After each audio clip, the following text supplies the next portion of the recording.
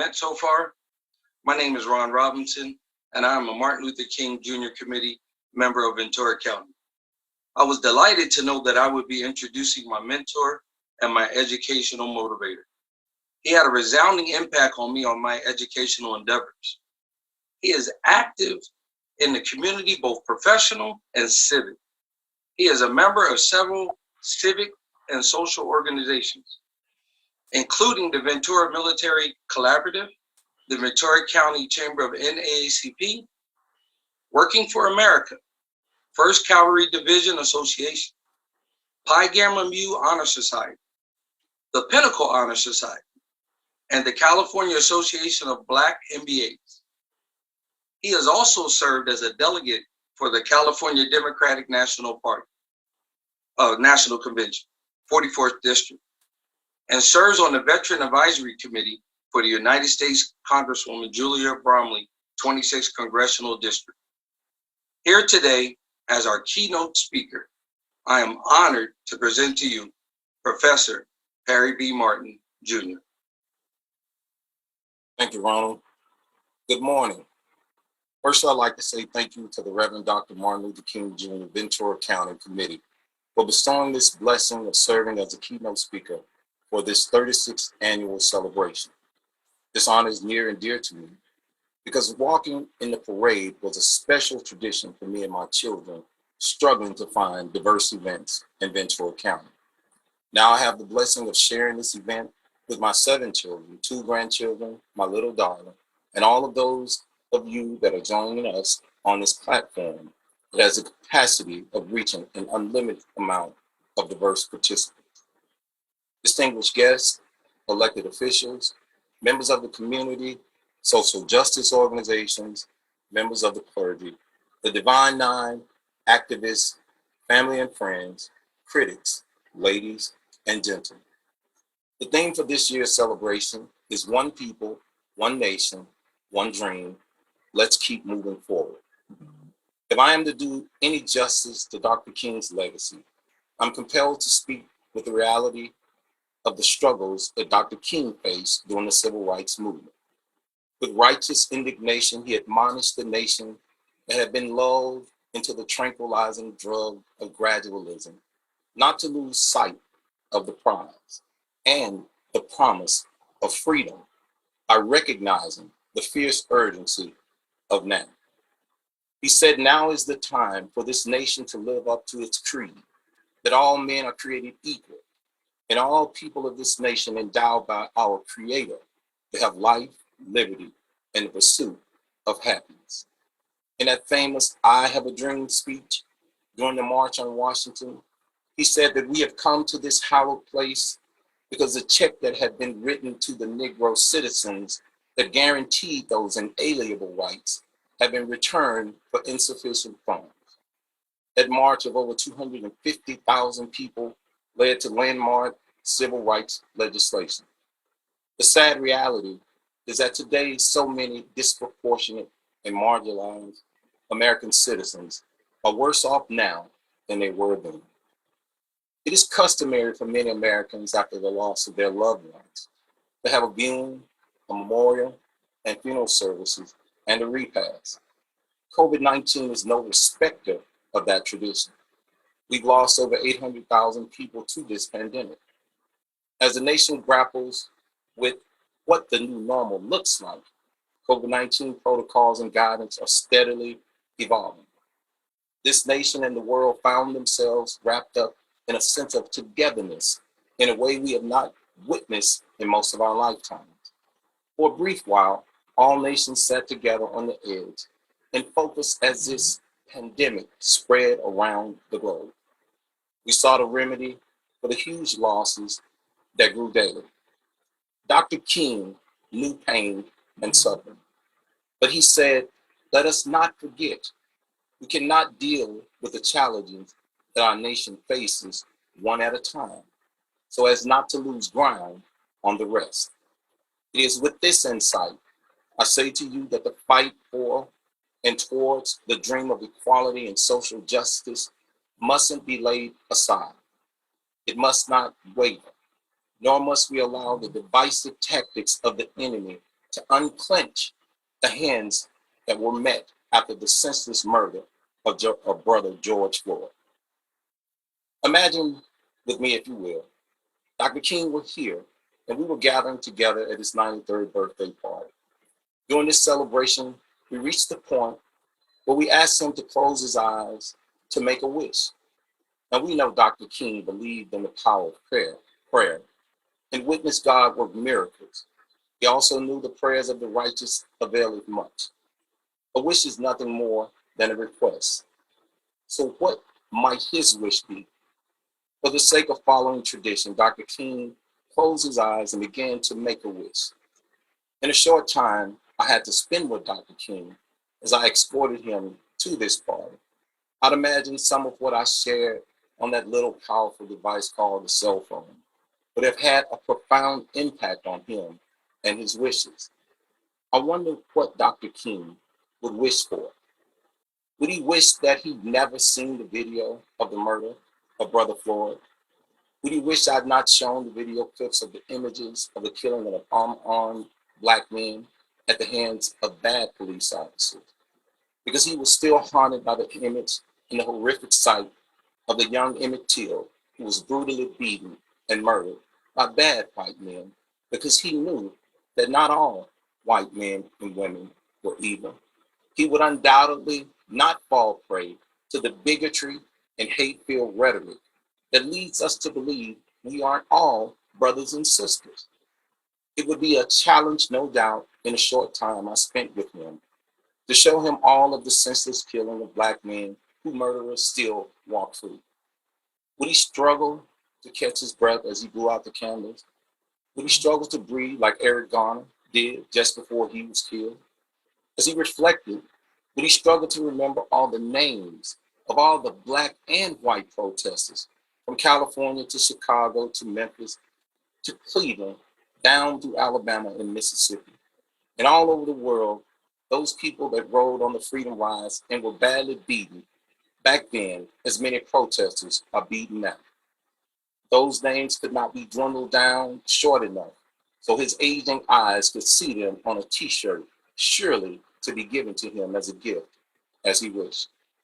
Would he wish that the Voting Rights Bill of 1965 that passed after the march began peacefully, but ultimately shook the nation to its core when ABC abruptly interrupted its regularly scheduled film, which was an Academy Award-winning film about the Nuremberg trials, showing the images of protesters being led by his friend, John Lewis, which Black and white men and women were savagely beaten by police as they attempted to protest the disenfranchisement of the Black voters in Birmingham, shortly after crossing the Edmund Pettus Bridge.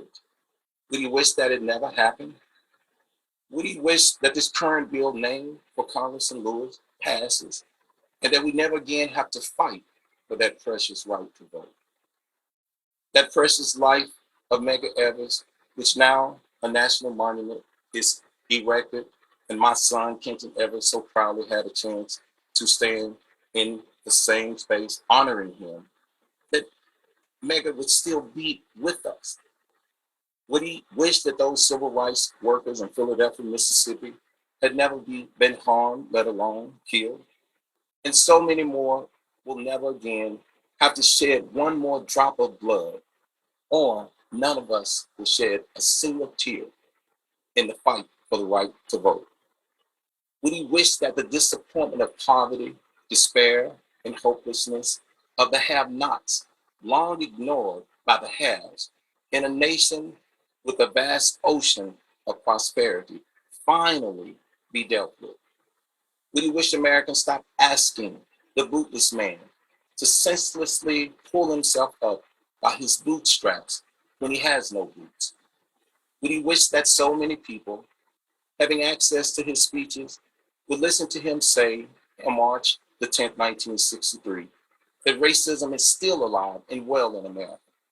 In that speech, he said we must see racism for what it is. It is a myth that there is a superior and inferior race.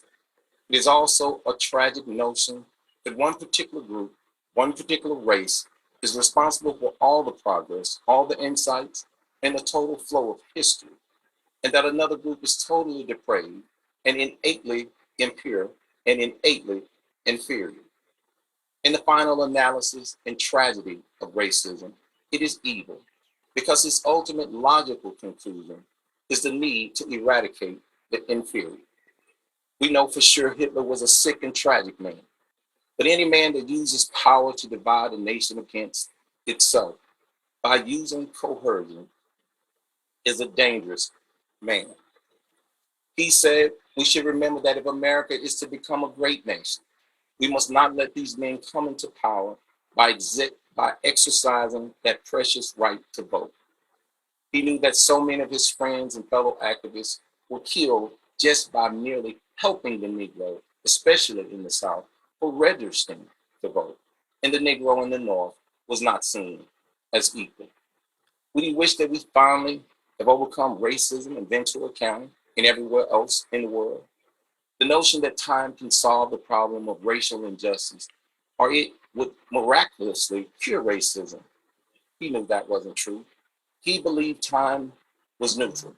He believed that there was no time for the good people to be indifferent and maintain an appalling silence. Would he wish for more time? Would he wish that any group of people who in moments of anger and in moments of deep bitterness knew that riots are socially destructive and self-defeating? He was convinced that nonviolence is the most potent weapon available to the oppressed people in their struggle for the freedom and justice. Those protests are now being used and should be used for fair hiring committees, should be used along our borders, should be used at ICE facilities and anywhere in the world where injustice exists. He felt that violence will only create more social problems and it could not be solved with violence. He said that in a real sense, it is impractical for any organization to even think of mounting a violent revolution in the United States to stop the steal or to gain any substantial demand. Violence will only achieve scraps from the prosperous American table. He also condemned the condition that caused people to feel that they must engage in riotous activities as much as he condemned the riots. He said that these conditions do not develop out of thin air, but certain conditions continue to exist in our society and must be condemned as vigorously as the riots. And any so-called leader that influences these riots should be held accountable for instigating them. For it is through civic engagement, conflict resolution, and sitting at the table as equals by which we can hear the voices of those unheard. Those voices are generally the voices of the poor, disenfranchised, disgusted, and angry. The large segments of those concerns about the tranquility and the preservation of the status quo benefit the most from turning Black against white and the poor against the poor. As long as America postpones justice for all, it will not solve its problems of riots, nor will it achieve real social justice and progress, which are the absolute guarantors of riot prevention. Would he wish that there weren't millions of Black imprisoned men under the new Jim Crow and mass incarceration in this era of color blindness? Would he wish for them to be free from this prison industrial complex that has replaced the plantation? Would he wish on that little device that gives millions of people the ability to listen to his speeches in entirety? Because if they did, they would hear him speak about when Mississippi's governor lips were dripping with the spirit of interposition and nullification. You will find it hard to believe governors in many states today are doing the same by supporting new laws designed to make it harder to vote when this era's technology has the ability to make it much easier. Would he wish that the justice that rolled down like waters and righteousness like a mighty stream were not merely trickling so many years later, but were flowing down just like he dreamt? Would he wish that the purpose of the Civil Rights Bill of 1964, that was supposed to lead to the eradication of discrimination, allowing his 4 little girls to be judged by the content of their character and not by the color of their skin, would carry the weight it promised. So many black, white, and brown, and other Americans would not be fighting over 60 years later because the law has not lived up to its promise. He knew that if these conditions didn't change, it would lead to a powder keg and there would be no peace without justice. He knew the only time he'd been booed while on stage was from young men who were fed up with the beatings, the killings, and injustice, and had lost faith in a nonviolent approach. This rejection made it difficult for him to sleep that night, but he realized he needed to be patient with them. It is not uncommon for great orators to become obsessed with the criticism of a few. He became a vocal critic of the war in Vietnam and the so-called fight for the Vietnamese people's liberation, when the Negro didn't have freedom in so many parts of his own land when he returned from Vietnam. We wish that we, as one people, one nation, finally sat down at the table of brotherhood, not only to talk about the issue of racism, but not be afraid to look at the 245 years of slavery that left the Negro without any land in which to build his own. 100 years of Jim Crow, for separate was never equal. For white privilege was an unearned advantage, and the sins of the father were cast upon the son. He knew there were those that can't be trusted, and there are those who would not let go of the past. Yet he still dreamed that there wasn't another America or the other America, that this America that is fatigued by division, despair, separation, ignorance, and self-centeredness would be great one day. He was still convinced that many were committed to this cause of social justice. He knew that America could eventually elect a black president. In his speech titled, "What is Your Life Blueprint?" he said, no matter your station in life, do it with excellence. Be the best at any vocation you choose to pursue. If your vocation was that of a street sweeper, let historians say that on the ground that they stood, that here stood a great street sweeper. Historians would undoubtedly say that we lived during the kind of a great president of all of these United States, and he was black. He wouldn't have to wish or waste his time on that wish. When he opened his eyes after making his wishes, it may seem like a long time for many, but to him, those few moments were a review of his life. He'd been to the mountaintop, and he'd seen the promised land. We must ask ourselves, how can we forgive but not forget? How can we heal without the need to repent? If the theme for this celebration, one people, one nation, one dream, let's keep moving forward, is to become a reality, our nation must undergo a radical revolution of values. The audacious touting of living in a nation indivisible with life, liberty, and justice for all.